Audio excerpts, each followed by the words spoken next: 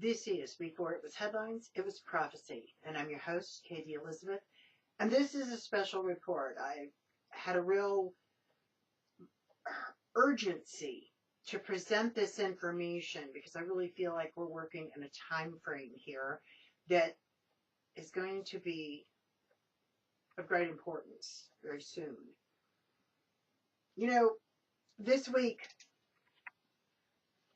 I've been praying and seeking quite a lot about the Shemitah, the Sabbath for the land. Because, that was referenced in the book of Jeremiah with when Babylon took the children of Israel into captivity at that time.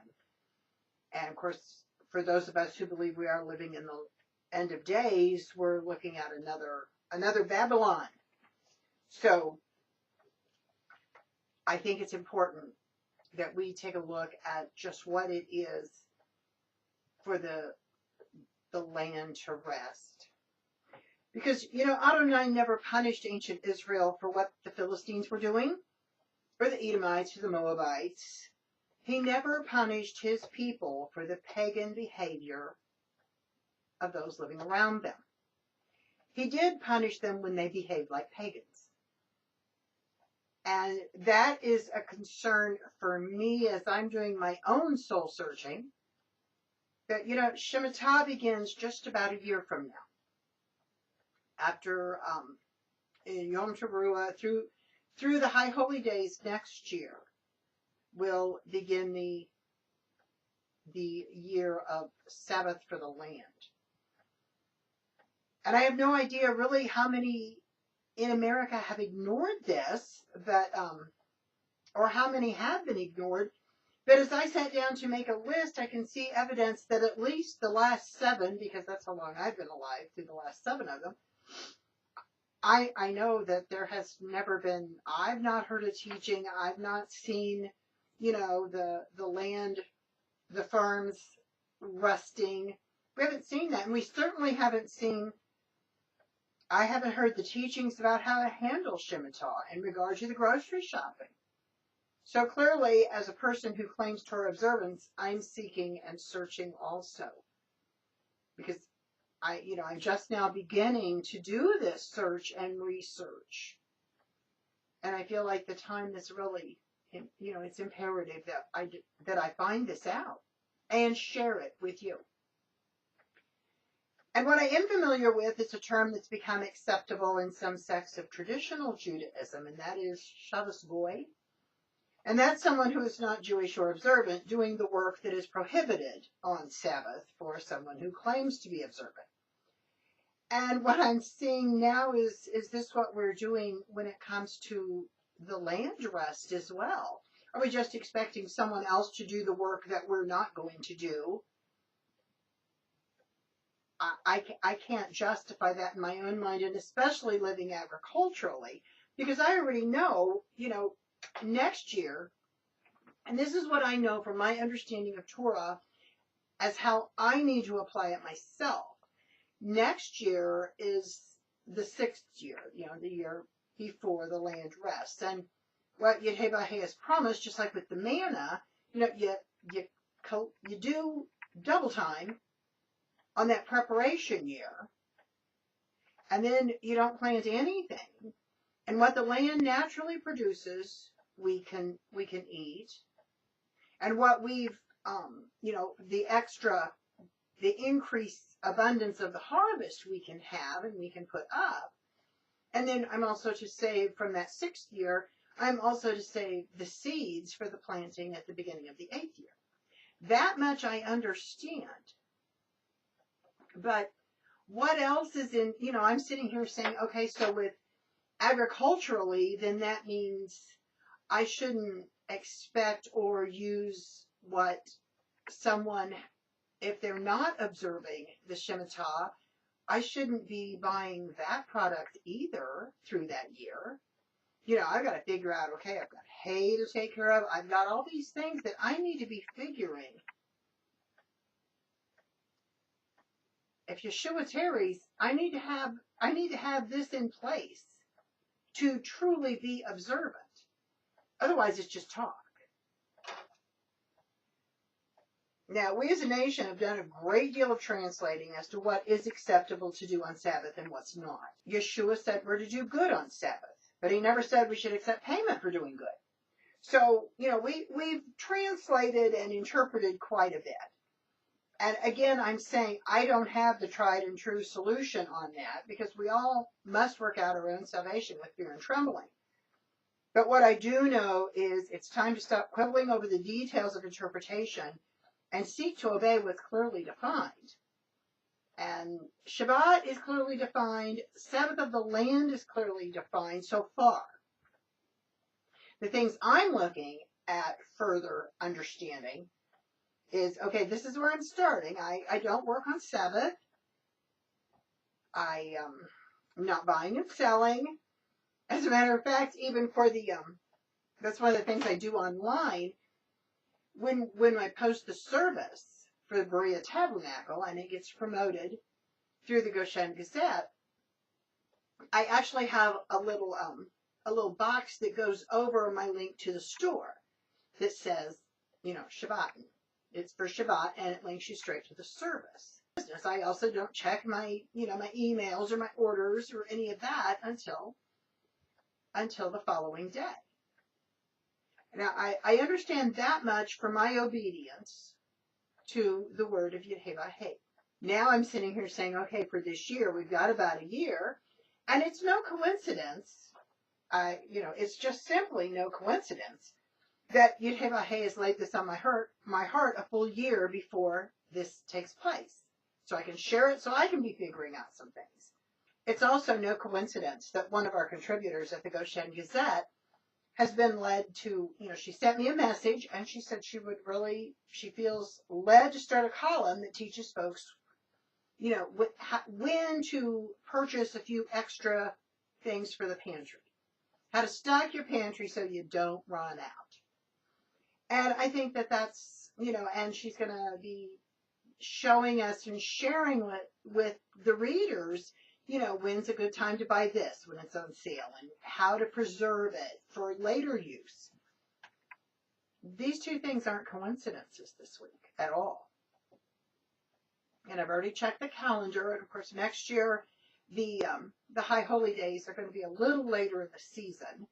From everything I've seen, it's going to be October rather than September. So we're really looking at right about a year. If you compare the Shemitah to the week, the 7 years as opposed to 7 days, this is our preparation year. So if we can kind of get into that mindset to understand it, I think we'll get closer to being obedient and pleasing.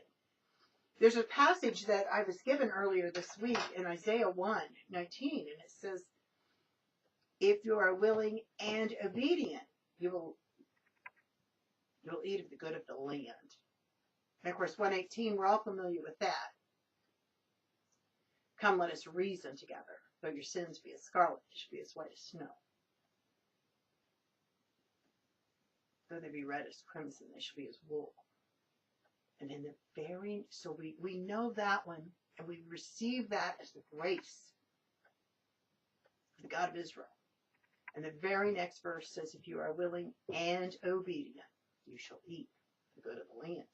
I've never considered this before, that, running to the store in the 7th year for whatever I did produce in the 6th, may be disavowing Shemitah. I don't know that. I'm still learning. I'm still searching. But I can't dismiss this question that's been put in my spirit. And I certainly do have to proclaim that we do need to be making preparation. And I'm not talking about the doomsday prepping and all of that. I'm saying preparation to be obedient.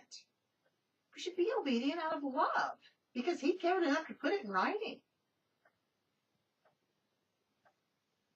We've all tried to have a relationship with somebody that just keeps moving the bar and says, well, if you love me, do this, and if you love me, do that. Well, one more thing.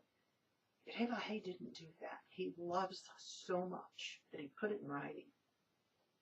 And then when his people failed, he sent his son to set the example. Literally, to set the example and then to die for our redemption. He loves us that much. And all he asks is that we be willing and obedient to show him our love. Our food supply has been greatly affected in these last 3 years just from the weather.